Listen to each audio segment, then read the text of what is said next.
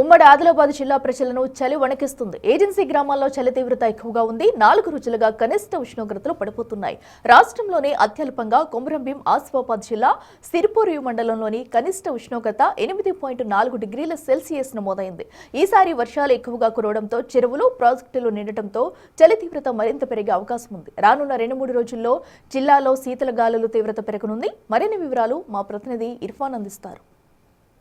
జిల్లా వ్యాప్తంగా చలి పంజా విసురుతుంది. ఇప్పటికే రాష్ట్రంలోనే కనిష్ట ఉష్ణోగ్రతలు ఉమ్మడి ఆదిలాబాద్ జిల్లాలో నమోదవుతున్నాయి. ఇది కొమరంభీం ఆసిఫాబాద్ జిల్లాలో రాష్ట్రంలోనే అత్యల్ప ఉష్ణోగ్రత ఫిర్యానీ మండలం గిన్నెధరలో 8.2 డిగ్రీల సెల్సియస్ ఉష్ణోగ్రత నమోదైనటువంటి పరిస్థితి ఉంది. ఇప్పటికే ఉదయం అంతా కూడా చల్లని గాలులు వీస్తున్నటువంటి పరిస్థితి ఉంది. ఉదయం పూట బయటికి రాలేనటువంటి పరిస్థితి ఉంది. ఇటు చిన్నపిల్లలు కానీ ఇటు వృద్ధులు కానీ ఇబ్బందులు పడాల్సినటువంటి పరిస్థితి ఏర్పడుతూ ఉంది. అయితే ప్రతిరోజు 2 నుండి 4 డిగ్రీల ఉష్ణోగ్రత కనిష్ట స్థాయికి పడిపోతున్నటువంటి పరిస్థితి ఇటు ఉమ్మడి ఆదిలాబాద్ జిల్లా వ్యాప్తంగా కొనసాగుతుంది. ఇటు జిల్లాలో గిన్నెధరలో 8.2 డిగ్రీల సెల్సియస్ ఉష్ణోగ్రత అత్యల్ప కనిష్ట ఉష్ణోగ్రత రాష్ట్రంలో కనిష్ట ఉష్ణోగ్రత నమోదైనటువంటి నేపథ్యంలో ఇటు సిరిపూరియు మండలంలో కూడా 8.4 డిగ్రీల కనిష్ట ఉష్ణోగ్రతలు నడుపుతున్నాయి. ఏజెన్సీ గ్రామాలన్నీ కూడా చలికి వణికిపోతున్నటువంటి పరిస్థితి ఉంది. ఇటు ఏజెన్సీలో ఉన్నటువంటి ప్రజలతో ఇటు పశువులకు కూడా పైన దుప్పట్లు కప్పి ఉంచాల్సినటువంటి ఈ సిచ్యువేషన్ అయితే ఉమ్మడి ఆదిలాబాద్ జిల్లాలో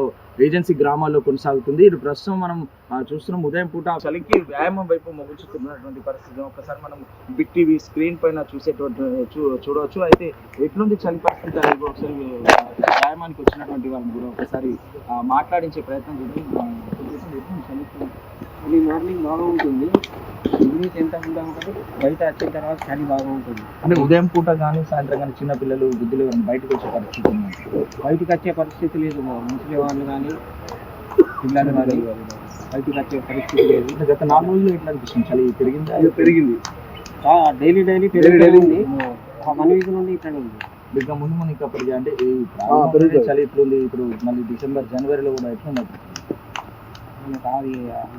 డిసెంబర్లో అంటే మొదట్లోనే ఇంత చలి ఉంది కానీ కంటిన్యూగా ఎక్కువనే అవుతుంది కానీ తక్కువ ఛాన్సెస్ లేదు. గత సంవత్సరంతో పోల్చుకుంటే చలి ఏమైనా పెరిగినట్టు అనిపిస్తుంది. స్టార్టింగ్ చాలా డిఫరెంట్ ఉంది. పోయిన సంవత్సరం అంత లేకుండా కానీ ఈ సంవత్సరం చాలా రైట్.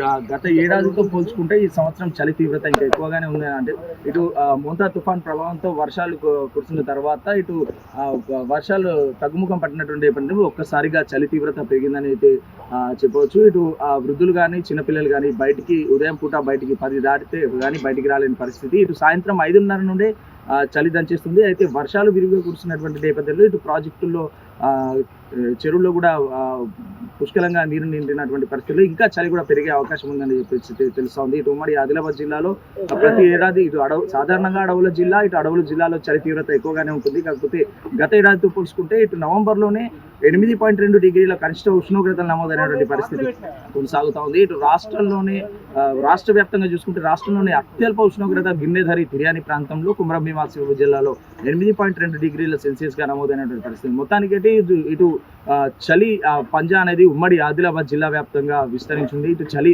ఉమ్మడి ఆదిలాబాద్ జిల్లా గిరిజనులను ఇటు ఏజెన్సీ ప్రాంతంలోని ప్రజలను వణికిస్తుందని చెప్పవచ్చు.